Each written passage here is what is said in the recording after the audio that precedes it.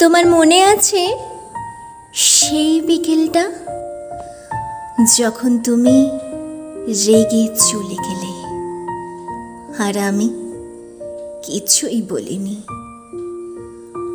তোমার চলে যাওয়াটার কোনো শব্দ ছিল না, শুধু হাওয়ায় ভেসেছিল এক গুচ্ছ কিছু না বলা কথা।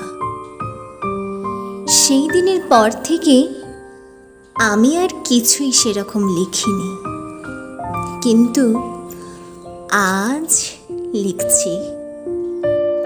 হ্যাঁ, আমি সেই তুহিন, যার নামটা তুমি আর উচ্চারণ করো না আজকাল। শুধু আজ স্মৃতির পাতায় সেটা ঘোলাটে কালি হয়ে ছড়িয়ে আছে। আমি হারিয়ে যাইনি, আমি থাকি সেই সব জায়গায় যেখানে তুমি দাঁড়িয়ে দীর্ঘশ্বাস ফেলো। তুমি বুঝেছ, এই কোনো আত্মহত্যা নয়, এ হলো প্রেমের চূড়ান্ত পরিণতি। তবু প্রতি রাতে তুমি ঘুমানোর আগে তাকাও ওই জানালার বাইরে, যেখানে এক ফালি চাঁদ হেসে বলে, সে তো এখনো আছে তোমার সমস্ত না বলা কথার ভেতরে।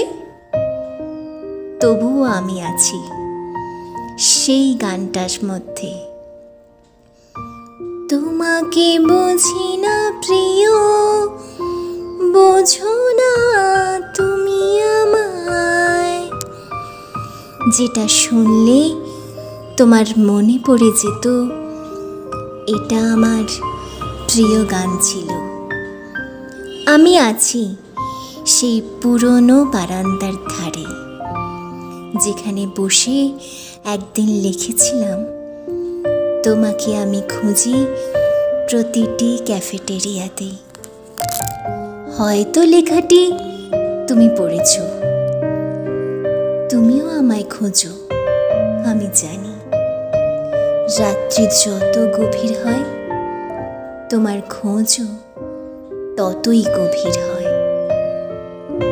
কিন্তু এখন আমাকে আর খুঁজো না, কারণ আমি এখন আর খুঁজে পাবো না তোমায়। আমার মধ্যেও তুমি আজ কুয়াশার মতো ঝাপসা।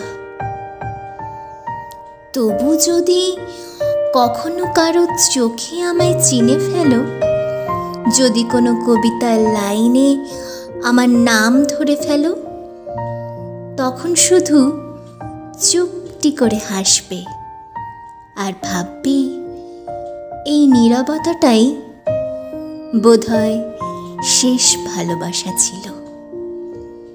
আমি জানি আমরা আর একসঙ্গে থাকি না, তবু ভালোবাসাটা কোথাও ঠিক রয়ে গেছে সময়ের একটা বন্ধ ঘরে, যার দরজায় লেখা,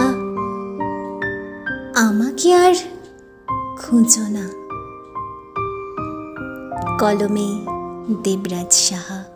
গল্প পাঠে আমি তানিয়া।